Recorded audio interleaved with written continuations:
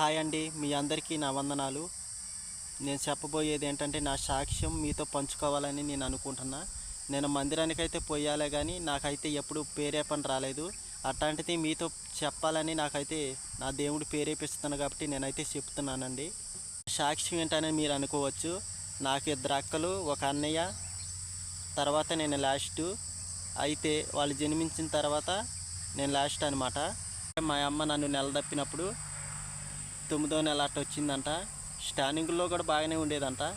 కాకపోతే అయితే 9వ నెల అట్ట వచ్చిన తర్వాత మా నాన్న అయితే కూలి పనికి వెళ్తూ ఉండోడు అనమాట. కాకపోతే కొద్దిగా ముందు వేసేవాడంట.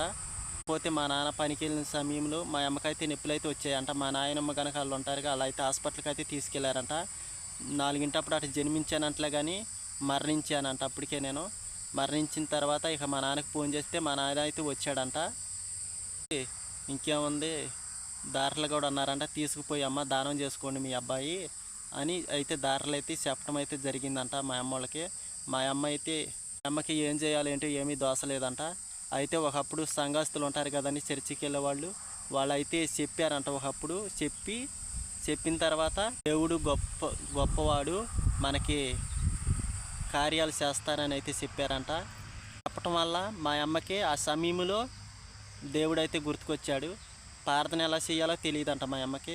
కాబట్టి మా అమ్మ అన్ని దారులతో ఒకటే నిర్ణయం తీసుకుందంట. ఏమండి ఒక నైట్ ఉంచండి, పొద్దుపోయిందిగా, రేపు పోయి మేమైతే దానమే తీసేసుకుంటామండి. కాకపోతే మా అబ్బాయిని అయితే నేనైతే బతికించుకుంటాను అంటే. ఎలా బతుకుతాడమ్మా చచ్చిపోయిన అబ్బాయి, కనీసం బెడ్ లేదనుకుంటా, దేనివల్ల అయితే చనిపోయాడు అని అయితే దారులు అయితే చెప్పారంట. 12 అయితే మా అమ్మ లేచి కన్నీటి ప్రార్థన చేస్తుందంట. 12 కిటికీ తలుపులు ద్వారాలు తెరుచుకొని వాటికి అంతరంగా అయ్యే రావటం అయితే జరిగిందంట అండి. తెల్లట ఒక వెలుగు వచ్చి నా మీద ఎప్పుడైతే వాలిందో క్యారనని అయితే నేనైతే ఏడిశానంట. ఏడిసిన తర్వాత తెల్లారిపోతుల పూట దారిలో ఎలా బతికాడు ఏంటమ్మా, చనిపోయాడు కదా ఎలా బతికాడంటే, నా దేవుడు గొప్పవాడు, అందుకనే నా బిడ్డని నేను బతికించుకున్నా, నా యేసు గొప్పవాడు అని అయితే మా అమ్మ అయితే చెప్పిందంట. చెప్పగా దారులు కూడా ఇంత గొప్ప దేవుడిని మేము ఎప్పుడు చూడలేదమ్మా, మేము ఎప్పటికీ మా దేవుడిని మేము అయితే విడిచిపెట్టమని అయితే చెప్పారంట. నేను బతుకుండటం కారణం ఏంటంటే మా దేవుని కృప వల్ల నేను ఈ కాడకి బతుకున్నా. నా ఎప్పుడో మట్టిలో కలిసిపోయి ఉండేవాడిని.